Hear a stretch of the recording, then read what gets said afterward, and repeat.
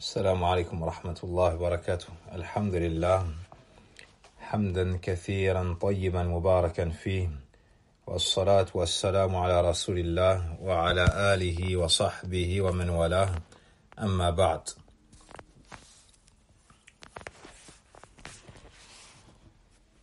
Par la grâce d'Allah subhanahu wa ta'ala, nous voici entrés dans le mois de Sha'ban.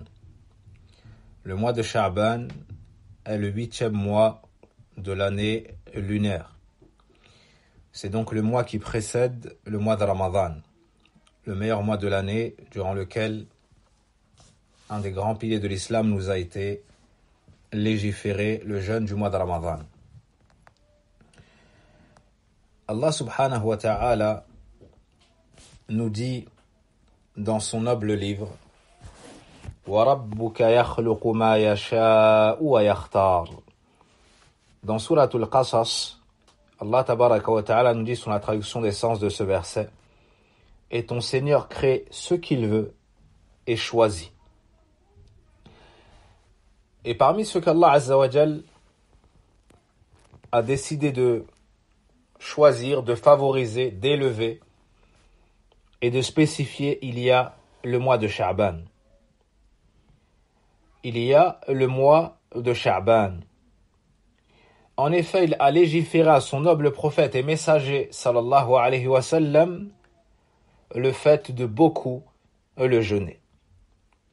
À un point tel que Aïcha, la mère des croyants, radiyallahu anha, nous dit: Kana Rasulullah sallallahu alayhi wa sallam yasumu hatta naqula la yuftir wa yuftiru hatta naqula la yasum. فما رأيت رسول الله صلى الله عليه وسلم استكمل صيام شهر إلا رمضان وما رأيته أكثر صياما منه في شعبان. Dans le recueil de l'imam al-Bukhari et l'imam Muslim, notre noble mère, l'épouse du prophète sallallahu alayhi wa sallam, Aïcha radiyallahu anha, nous dit: le messager d'Allah sallallahu alayhi wa sallam jeûnait à un point où nous disions il ne rompt pas le jeûne. Et il rompait le jeûne, il ne jeûnait pas à un point où nous disions il ne jeûne pas. Ou il ne jeûne pas. Il y avait donc des périodes où il jeûnait beaucoup, des périodes où il jeûnait moins. Elle poursuit et nous dit, radiyallahu anha: et je n'ai jamais vu le messager d'Allah sallallahu alayhi wa sallam compléter le jeûne d'un mois, donc jeûner un mois entièrement, si ce n'est le mois de Ramadan. Si ce n'est le mois de Ramadan. Et je ne l'ai jamais vu jeûner plus durant un mois que le mois de Sha'ban. Que le mois de Sha'ban.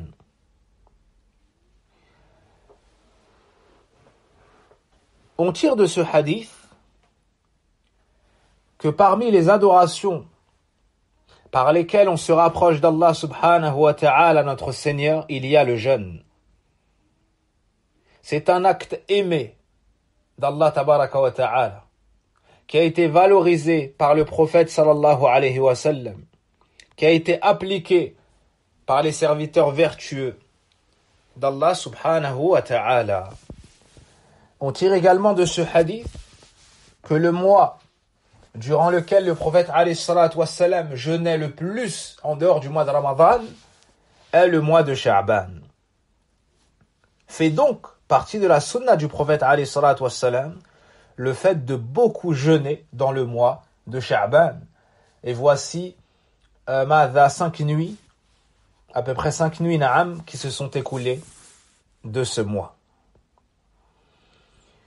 Quelle est la sagesse? Pour quelles raisons le prophète sallallahu alayhi wa sallam jeûnait beaucoup le mois de Sha'ban? في مسند الإمام أحمد رحمه الله تعالى وسنن النسائي رحمه الله تعالى عن أسامة بن زيد رضي الله عنهما أنه سأل رسول الله صلى الله عليه وسلم فقال يا رسول الله لما أراك تصوم شهرا من الشهور ما تصوم من شعبان.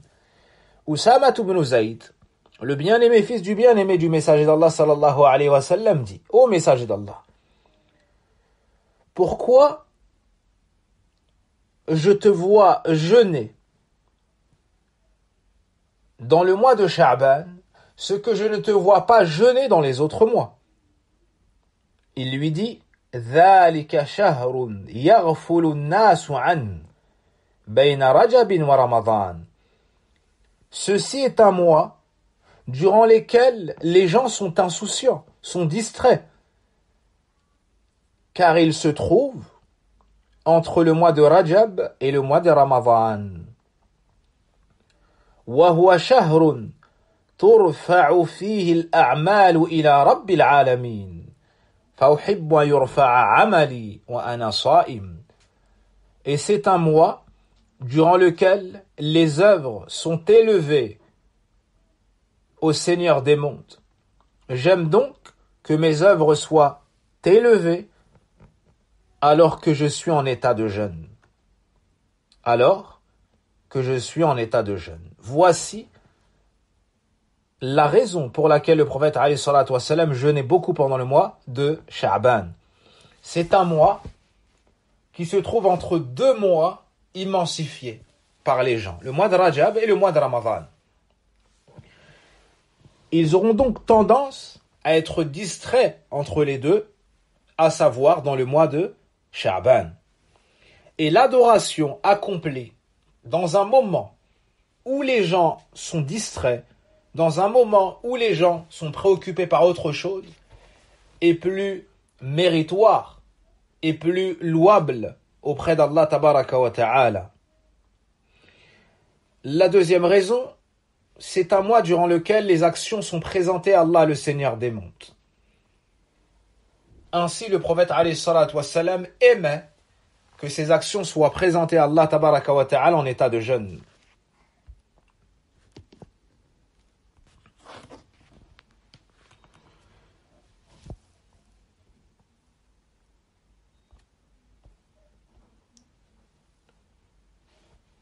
Je disais donc que le prophète sallallahu alayhi wa sallam nous dit: c'est un mois durant lequel les gens sont insouciants, sont distraits. Il se trouve entre le mois de Rajab et le mois de Ramadan. Donc l'adoration en période d'insouciance est plus méritoire et louable auprès d'Allah Azza wa Jal. La deuxième raison, c'est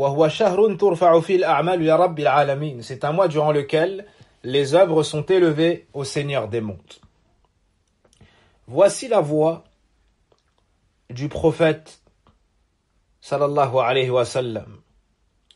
Et celui qui se réclame du prophète sallallahu alayhi wa sallam fera son possible pour suivre ses pas, pour être sur ses traces.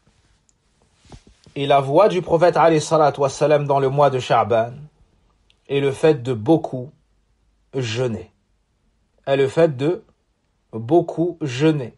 Cette simple connaissance, cette simple ajout à ta science doit trouver place dans ta motivation, doit trouver place dans ta réforme, doit trouver place dans ta détermination.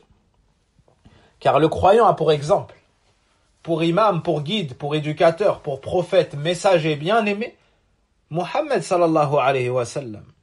Comme Allah nous le dit dans Surat Al-Ahzab, لَقَدْ كَانَ لَكُمْ فِي رَسُولِ اللَّهِ أُسْوَةٌ حَسَنَةٌ. Vous avez un parfait exemple à suivre en la personne du messager d'Allah.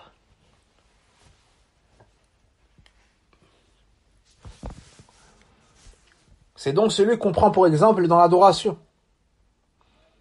On doit immensifier sa sunna. On doit considérer sa voix et sa tradition. Sa voix et sa tradition dans le mois de Sha'ban le fait de ne pas être distrait, le fait de redoubler d'efforts dans l'adoration du jeûne, dans le jeûne, dans le jeûne.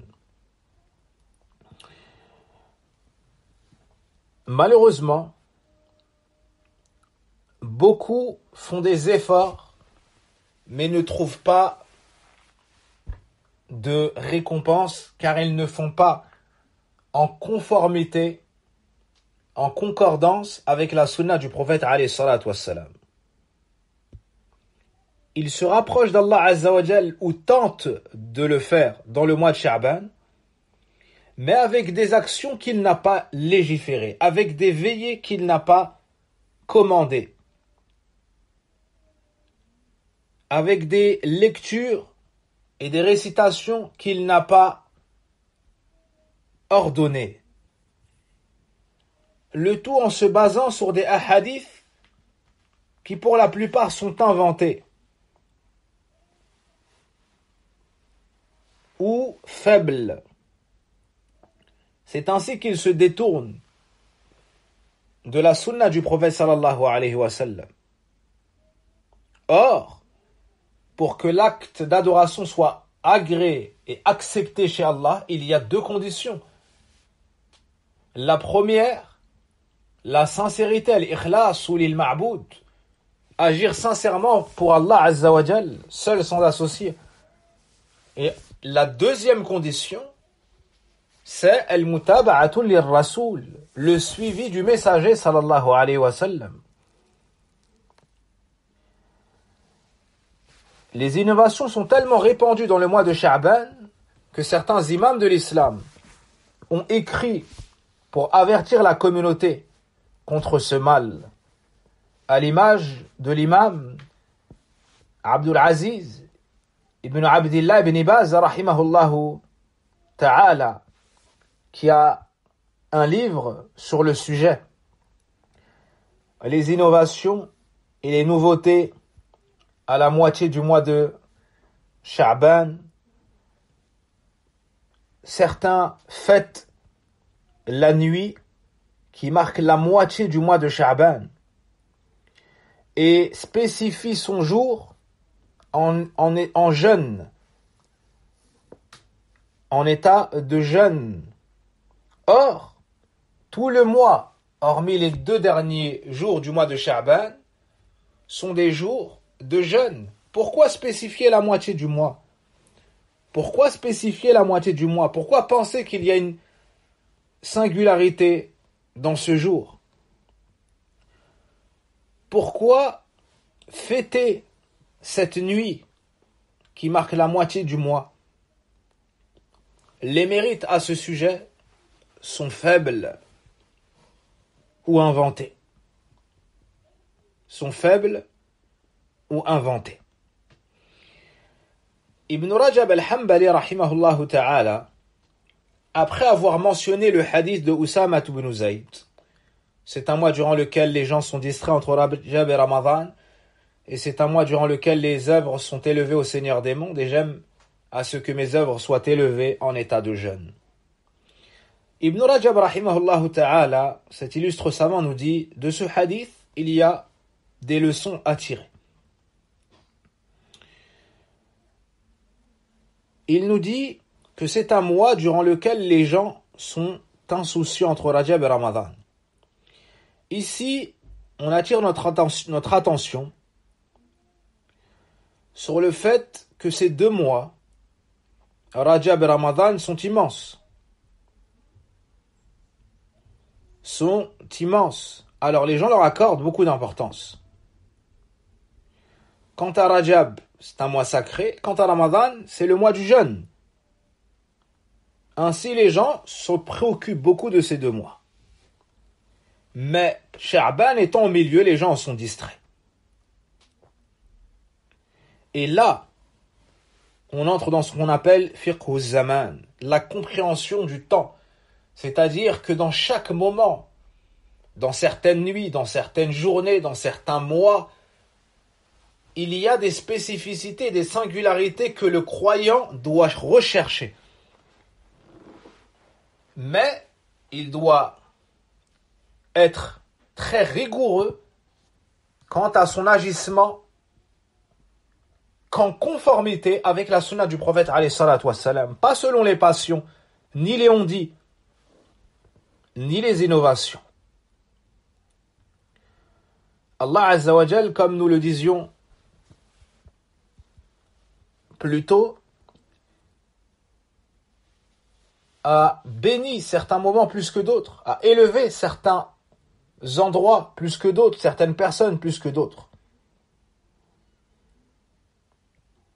Et le mois de Sha'ban, c'est le mois où le prophète alayhi salatu wassalam jeûnait beaucoup. La plupart du mois, il le jeûnait, sallallahu alayhi wa sallam. On tire de ce hadith استحباب عمارة أوقات الغفلة بالعبادة بالطاعة. Il est recommandé d'occuper les moments durant lesquels les gens sont insouciants par l'obéissance d'Allah et son adoration. Ceci est une chose aimée d'Allah. Lorsqu'on voit les gens distraits et insouciants et que toi, tu ne tombes pas dans le piège du shaitan et que toi, tu considères et valorises le temps pour l'utiliser à bon escient, là, ta place est plus grande auprès d'Allah tabaraka wa ta'ala. Ton adoration est plus aimée chez Allah subhanahu wa ta'ala.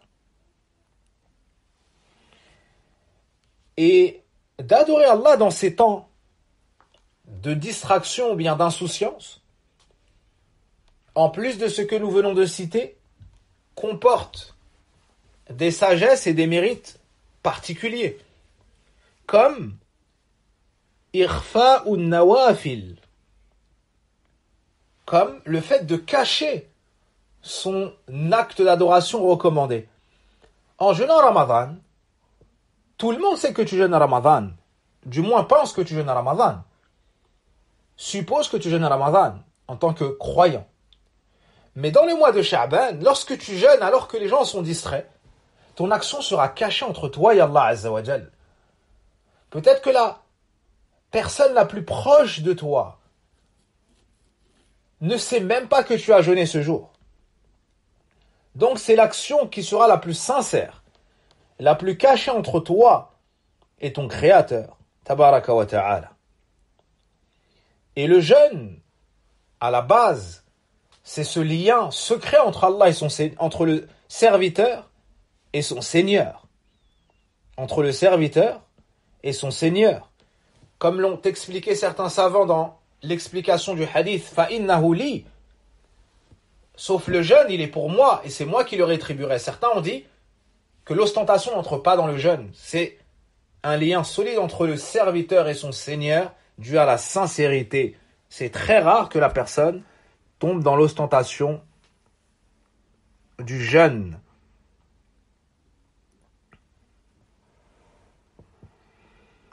Certains parmi les pieux prédécesseurs jeûnaient des années durant sans que personne ne le sache. Sans que personne ne le sache. Certains sortaient même devant leur épouse avec de la nourriture. Puis ils allaient le donner en sadaqa au marché et cette dernière pensait qu'il mangeait. Le tout pour cacher sincèrement l'action entre le serviteur et son Seigneur.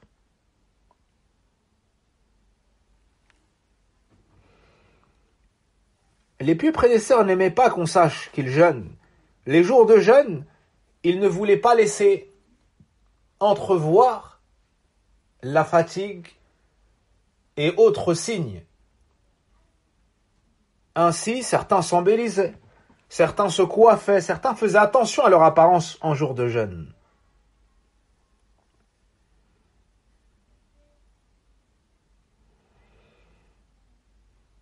Une autre sagesse, c'est que le jeûne de Sha'ban est comme une reprise chez certains. C'est comme une reprise. Il y a donc une certaine difficulté à jeûner alors que les gens mangent pour la plupart d'entre eux. Et lorsqu'il y a une difficulté particulière, l'adoration a un goût particulier et une place particulière chez Allah subhanahu wa ta'ala.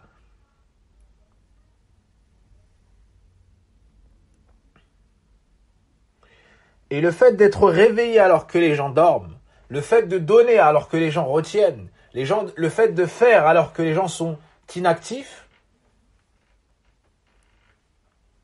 ça donne une place particulière à ce serviteur auprès de son Seigneur subhanahu wa ta'ala, à condition qu'il soit en conformité avec la sunna, bien évidemment.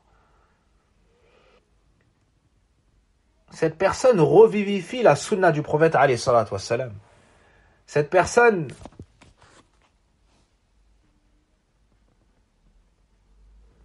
donc la personne en jeûnant dans le mois de Sha'ban, elle va revivifier la sunna du prophète alayhi salatu wassalam. Une autre sagesse, l'adoration d'Allah Azza wa Jal, alors que les gens sont dans les péchés, peut être une cause pour laquelle Allah repousse le mal et la punition sur l'ensemble, par miséricorde envers ce serviteur.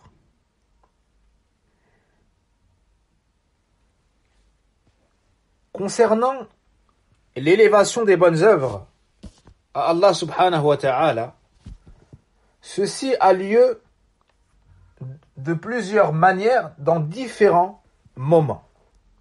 Il y a l'élévation quotidienne. Il y a l'élévation à la semaine. Et il y a l'élévation annuelle. Quant à l'élévation quotidienne, يكون ذلك في صلاتي الصبح والعصر. L'élévation quotidienne a lieu à la prière du subh et à la prière du asr. L'imam al-Bukhari ainsi que l'imam Muslim rahmatullahi alayhima nous disent. Abu Hurayrata radiyallahu anhu rapporte que le messager d'Allah sallallahu alayhi wa sallam a dit: يتعاقبون فيكم ملائكة بالليل وملائكة بالنهار ويجتمعون في صلاة الفجر وصلاة العصر ثم يعرج الذين باتوا فيكم فيسألهم وهو أعلم بهم كيف تركتم عبادي فيقولون تركناهم وهم يصلون وأتيناهم وهم يصلون. Le messager d'Allah sallallahu alayhi wa sallam nous dit: des anges se succèdent auprès de vous la nuit et le jour. Et ils se réunissent à la prière du Fajr, à la prière du Asr. Puis ils remontent ceux qui ont passé la nuit auprès de vous.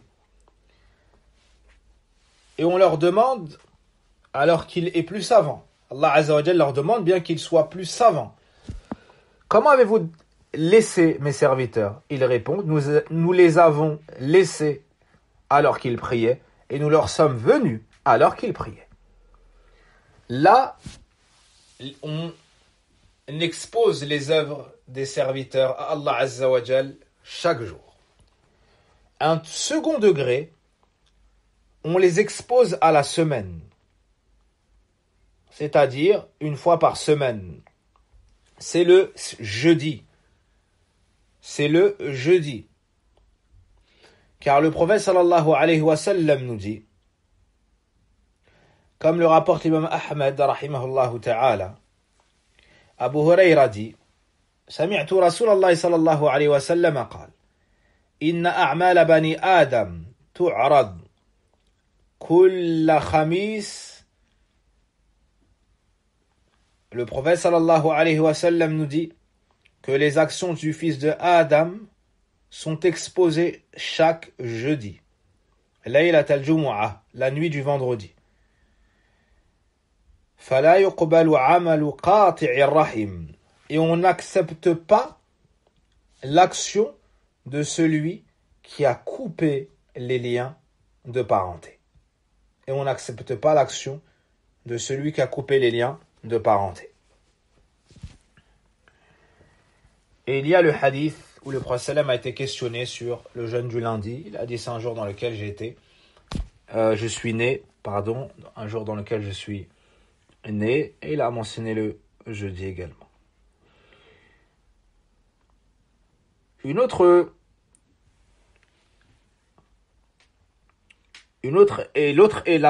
troisième niveau d'élévation, c'est l'élévation annuelle. C'est l'élévation annuelle. Et cela a lieu dans le mois de Sha'ban, comme dans le hadith d'Usama ibn Zayd.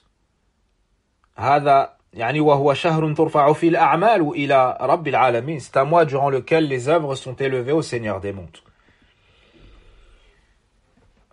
Montrons donc à Allah subhanahu wa ta'ala le bien de nos personnes et de nos âmes. Le jeûne, cette adoration, qui est l'adoration des serviteurs et des servantes vertueux. Et cela ne peut se concrétiser qu'avec l'aide et l'assistance d'Allah. On se dirige donc vers Allah subhanahu wa ta'ala pour lui demander Allahumma a'inna ala dhikrika shukrika husni ibadatik. Oh Allah, aide-nous à être des serviteurs reconnaissants, à nous souvenir de toi, ou à beaucoup te mentionner et à t'adorer de manière convenable.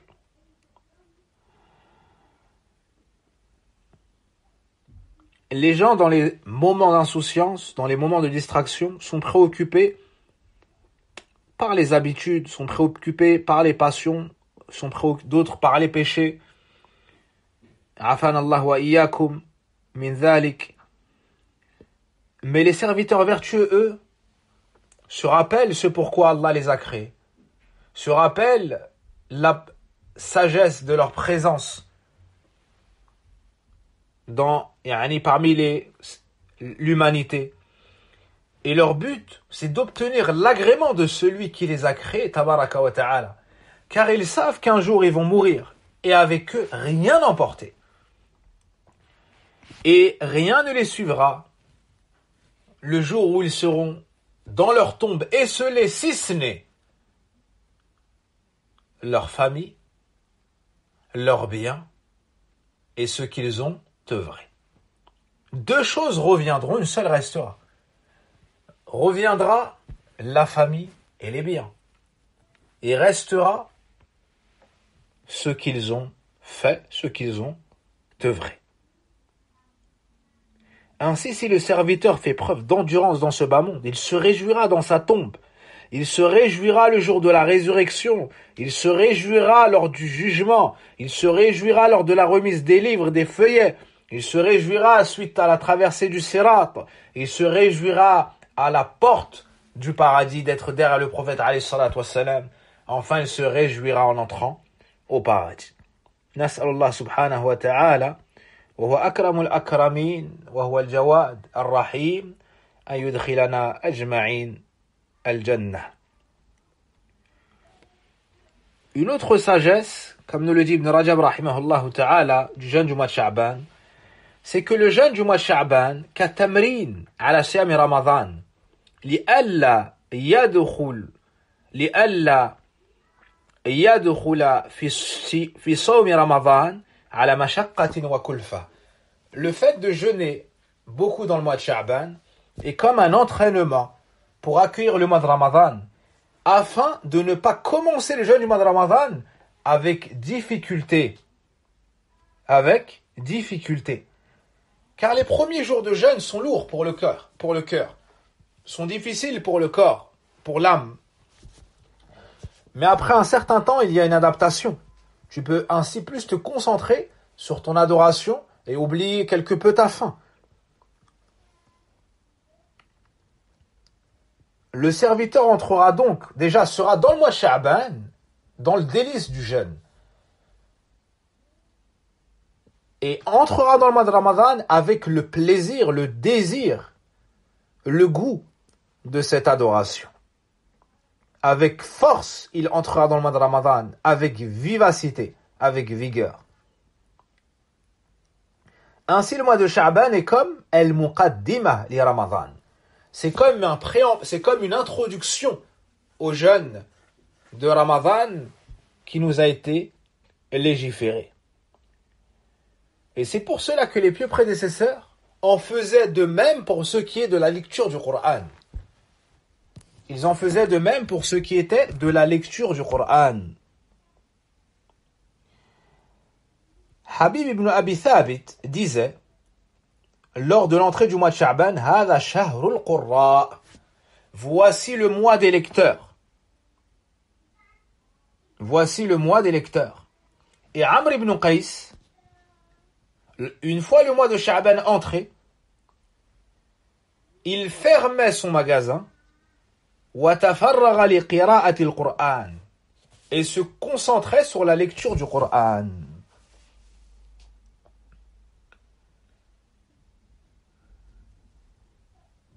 Et Ibn al-Qayyim rahimahullah ta'ala nous disait concernant le jeûne du mois de Sha'ban que certains ne jeûnent pas les 3 jours par mois. Ou plutôt le prophète alayhi salatu wassalam nous a enseigné le jeûne de 3 jours par mois. Et il se peut qu'on soit distrait de ces jours-là. Ainsi, en jeûnant dans le mois de Sha'ban, c'est comme si ça allait nous faire rattraper tous ces mois passés dans lesquels nous n'avons pas jeûné ces 3 jours. Dans lesquels nous n'avons pas jeûné ces 3 jours. Un autre sens, ça donne ou bien ça valorise le mois de Ramadan. Car tu n'entres pas directement avec le jeûne dans le mois de Ramadan, mais tu le prépares. Tu le prépares. Ça ressemble à la sunna qu'on fait avant la prière obligatoire.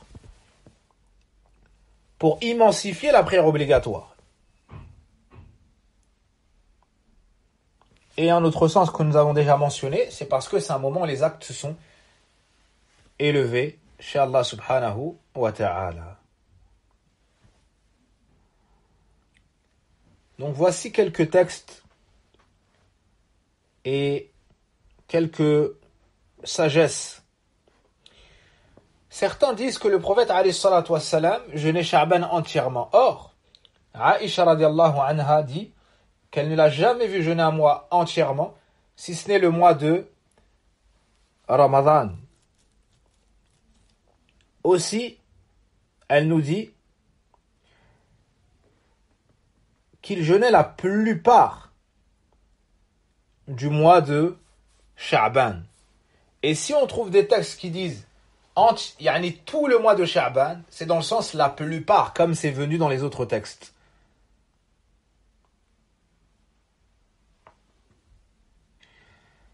Ibn Hajar dit de tous ces hadiths-là, في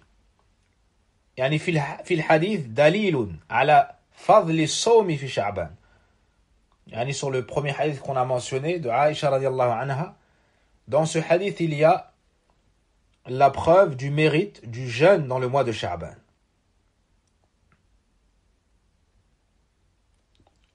L'imam al-San'ani rahimahullah ta'ala nous dit, il y a ici la preuve أنه يخص شعبان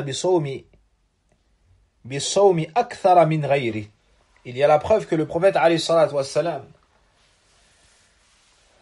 jeûnait le mois de Sha'ban plus que les autres mois. Plus que les autres mois. Tout cela concerne le mois de Sha'ban. Ceci dit, sachez que dans les autres mois, il est légiféré de jeûner en dehors du mois de Ramadan. En dehors du mois de Ramadan. Le prophète alayhi salatu wassalam a encouragé à jeûner 3 jours par mois. Il a encouragé à jeûner les 3 jours de pleine lune. Il a encouragé à jeûner de manière mutlaqa, de manière générale. Comme il a répondu à Abu Umama radiallahu anhu lors de sa question à Rasulallah, Murni bi'amalin yanfa'uni Allah bih. Ô message d'Allah, ordonne-moi un acte par lequel Allah dans lequel Allah me donnera du profit, qui me sera utile, dont Allah me fera profiter. Il lui répondit: Alayka bis-sawm fa innahu la idla lah. Jeûne, le jeûne n'a pas d'égal. C'est une des meilleures adorations, des plus aimées chez Allah Azza wa Jal. Aussi, dans le hadith de Hudhayfa radiyallahu anhu, le prophète sallallahu alayhi wa sallam nous dit: Man khutima lahu bi siyami yawmin dakhala al-jannah. Celui qui meurt après avoir jeûné un jour entrera au paradis. Entrera au paradis. Il jeûne aujourd'hui, il meurt ce soir, c'est un signe de la bonne fin et qu'il entrera au paradis.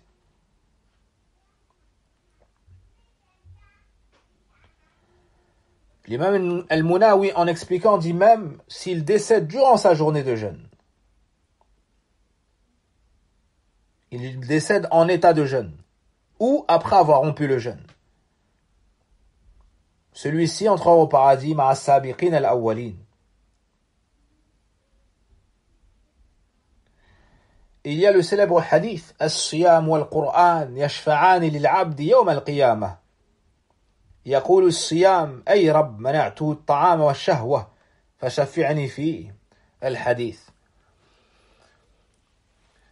Abdullah ibn Amr radiyallahu anhuma nous dit, le message d'Allah sallallahu alayhi wa sallam a dit: le jeûne et le Coran intercéderont en faveur du serviteur le jour de la résurrection. Le jeûne dira: ô Seigneur, je l'ai empêché de manger et d'assouvir ses désirs. Permets-moi donc d'intercéder en sa faveur. Permets-moi donc d'intercéder en sa faveur.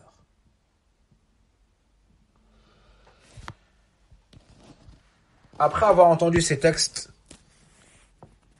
nous devons d'être sensibles à cette sunna. Nous devons de ne pas être impassibles face à ces enseignements. Et chacun d'entre nous devons de chercher le bien pour notre propre personne. En jeûnant régulièrement dans ce mois, tu peux jeûner un jour sur 2. Tu peux jeûner un jour sur 3. Tu peux jeûner les lundis et les jeudis. Tu peux jeûner tout le mois, sauf les 2 derniers jours. Sauf les 2 derniers jours. Car le prophète alayhi salatu wassalam nous dit: La taqaddamu Ramadan bi siyami yawmin aw yawmayn. Le prophète alayhi salatu wassalam nous dit: ne précédez pas le jeûne du mois de Ramadan ou le mois de Ramadan par le jeûne d'1 ou de 2 jours. Le prophète alayhi salatu wassalam nous dit, comme le rapporte Abu Huraira dans le Bukhari et Muslim: La taqaddamu Ramadan. Ne précédez pas le mois de Ramadan bi siyami yawmin aw yawmayn, en jeûnant 1 ou 2 jours. Illa rajulun kana yasumu sawman falyasumhu. Sauf un homme qui avait l'habitude de jeûner un jour, qu'il le jeûne. Par exemple, il a l'habitude de jeûner tous les lundis et jeudis. Et 2 jours avant Ramadan tombe un lundi ou un jeudi. Il peut le jeûner. Il y a même le hadith d'Ammar ibn Yasir radiyallahu anhuma qui nous dit: Man sama yawma alladhi yushakku fi faqad asaba al-Qasim. Celui qui jeûne le jour du doute aura désobéi à Abu al-Qasim. Aura désobéi à Abu al-Qasim. ذكره البخاري تعليقا رحمه الله تعالى ووصله أصحاب السنن. Certains seraient tentés de jeûner par sécurité et précaution avant Ramadan. Le prophète alayhi salatu wassalam nous a dit de ne pas faire cela. De ne pas faire cela. Ibn Baz rahimahullah ta'ala disait: يدل على أنه لا يجوز تقدم رمضان بالصيام يوم ولا يومين بل يجب الانتظار حتى يثبت الشهر. هذا هو الواجب. وهذه عبادة محددة شرعها الله فليس لأحد أن يزيد فيها ما لم يشرعه الله. L'imam Ibn Baz rahimahullah ta'ala nous dit, ce hadith authentique nous indique qu'il n'est pas permis de jeûner avant le mois de Ramadan 1 ou 2 jours. L'obligation est plutôt d'attendre la preuve de l'entrée du mois. Voici ce qui nous incombe. C'est une adoration qui a été encadrée et qu'Allah a légiféré. Il n'appartient donc à personne d'y ajouter ce qu'Allah n'a pas légiféré. Ce qu'Allah n'a pas légiféré. Donc jeûner au maximum dans ce mois-là. Puisse Allah Azza wa Jal accepter nos actions et les vôtres. Puisse Allah Azza wa Jal nous garder en vie pour jeûner le mois de Ramadan. Allahumma ballighna shahr Ramadan. Allahumma ballighna shahr Ramadan. Allahumma ballighna shahr Ramadan. وصل اللهم وبارك على نبينا محمد وعلى آله وصحبه أجمعين. سبحانك اللهم وبحمدك أشهد أن لا إله إلا أنت أستغفرك وأتوب إليك والحمد لله رب العالمين. Il y a plusieurs de nos frères et sœurs qui sont éprouvés par la maladie, par la maladie, que ce soit la Covid et autres. On demande donc à Allah subhanahu wa ta'ala de leur accorder le soulagement et la guérison. On demande donc à Allah subhanahu wa ta'ala de leur accorder le soulagement et la guérison et d'accorder endurance à leurs proches. Allahumma ashfihim ajma'in, Allahumma ashfihim ajma'in, Allahumma altuf bihim ya latif, ya rahim, Allahumma ashfihim, anta ash-shafi la shifaa illa shifa'uk, shifaan la yughadiru saqama, subhanaka Allahumma wa bihamdik, ashhadu an la ilaha illa ant, astaghfiruka wa atubu ilayk, walhamdulillahi rabbil alamin.